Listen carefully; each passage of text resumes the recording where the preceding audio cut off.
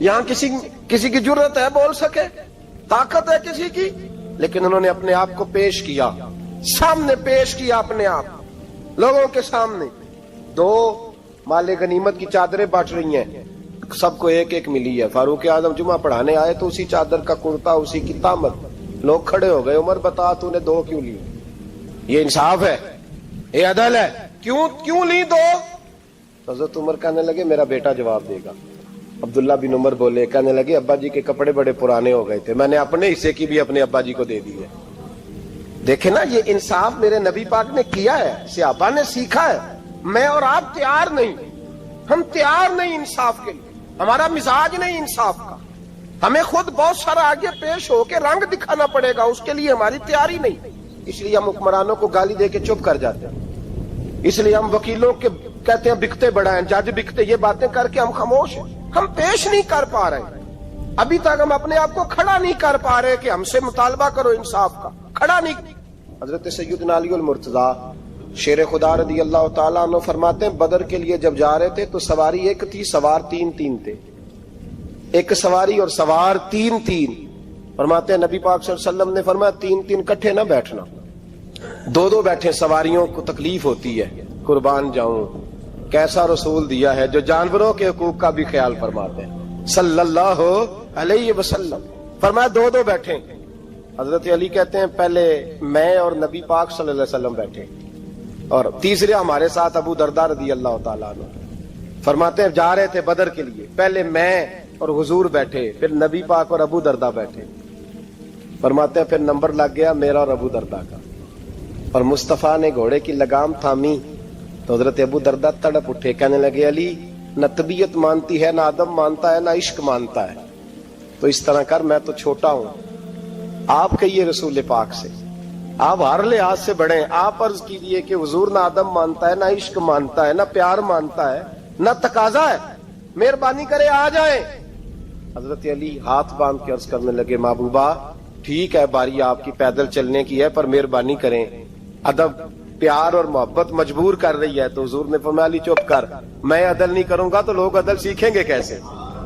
اگر میں عدل نہیں کروں گا تو قوم سیکھے گی کیسے؟ مجھے عدل کرنے دے, انصاف کرنے دے. فرمایا چلنے دے مجھے پیدل, کچھ نہیں ہوتا. تقاضا عدل جب تک پورا نہیں ہوتا, آپ یقین کریں میرے صاحب کہا کرتے تھے میں عدالت کو عدالت نہیں کہتا, کچہری کہتا ہوں, اس لیے کہ عدالت وہ ہوتی ہے جہاں عدل ہوتا ہے. یہاں تو حال یہ ہے, بتائیے وکیل کو نہیں پتا ہوتا کہ جو میرے پاس آیا یہ غلط آدمی ہے, وہ اس کی حمایت کرتا ہے کہ نہیں, اس کے ساتھ چلتا ہے کہ نہیں, جھوٹ کے ساتھ آخر تک لڑتا ہے کہ نہیں لڑتا. جو گواہ بن کے جا رہے ہوتے ہیں انہیں پتا ہوتا ہے کہ نہیں کہ ہم جھوٹے کی گواہی دینے جا رہے ہیں. تو پھر کیا سارا ظلم حکومتیں کر رہی ہیں؟ معاشرہ بھی تو اپنی ترتیب بدلے نا, لوگ بھی تو اپنا رنگ بدلے نا, لوگ بھی تو طبیعت بدلے نا. کون منتخب کرتا ہے انہیں ظالموں کو؟ عوام, اور پھر اس کے بعد شکوہ بھی عوام ہی کرتی ہے. خدا را تقاضے سمجھو, مزاج سمجھو, طبیعت سمجھو اسلام کی. میرے نبی پاک صلی اللہ علیہ وسلم نے عدل کا بول بالا کیا ہر مقام پر, ہر نقطے پر.